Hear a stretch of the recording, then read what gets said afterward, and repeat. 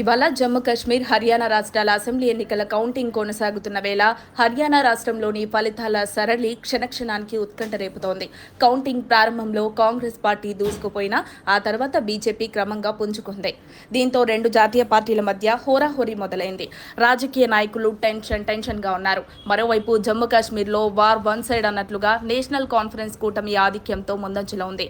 నేటి ఉదయం 10 గంటల వరకు నమోదైన ఫలితాల సరళిని చూస్తే హర్యానా రాష్ట్రంలో మొత్తం 90 అసెంబ్లీ స్థానాలున్నాయి. అక్కడ ప్రభుత్వాన్ని ఏర్పాటు చేయాలంటే 46 స్థానాలు అవసరం కాగా ప్రస్తుతం అక్కడ బీజేపీ 45 స్థానాల్లో ముందంజలో ఉండగా మరోవైపు కాంగ్రెస్ ఆధిక్యం 38కి పడిపోయింది. అలాగే ఇతరులు 4 స్థానాల్లో ముందంజలో ఉన్నారు. ఇందులో ఐఎన్ఎల్డీ 3 స్థానాల్లో ఆధిక్యంలో ఉంది. ఆమ్ ఆద్మీ పార్టీ అక్కడ ఖాతా తెరవలేదు. ఇదిలా ఉండగా జమ్మూ కాశ్మీర్లో నేషనల్ కాన్ఫరెన్స్ పార్టీ దూసుకు వెళ్తోంది. ఆ పార్టీ ప్రస్తుతం 42 స్థానాల్లో ఆధిక్యంలో ఉండగా బీజేపీ 23, పీడీపీ 3, కాంగ్రెస్ 9 స్థానాల్లో ముందంజలో ఉన్నాయి. అలాగే ఇతరులు ఏకంగా 13 స్థానాల్లో ఆధిక్యంలో ఉన్నారు. ఇక్కడ బీజేపీ, పీడీపీ ఒంటరిగా పోటీ చేశాయి. జమ్మూలో కాంగ్రెస్ నేషనల్ కాన్ఫరెన్స్లో పొత్తులో ఉన్న విషయం విదితమే.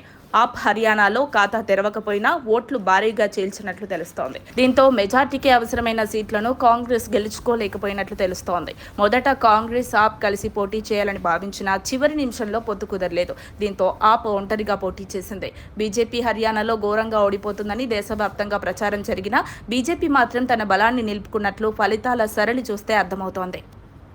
మరిన్ని అప్డేట్స్ కోసం మా కాయ్ టీవీని సబ్స్క్రైబ్ చేసుకోండి. మా వీడియో కనుక మీకు నచ్చినట్లయితే లైక్ చేయండి, షేర్ చేయండి. మీ విలువైన అభిప్రాయాలను కామెంట్ బాక్స్లో తెలియజేయండి.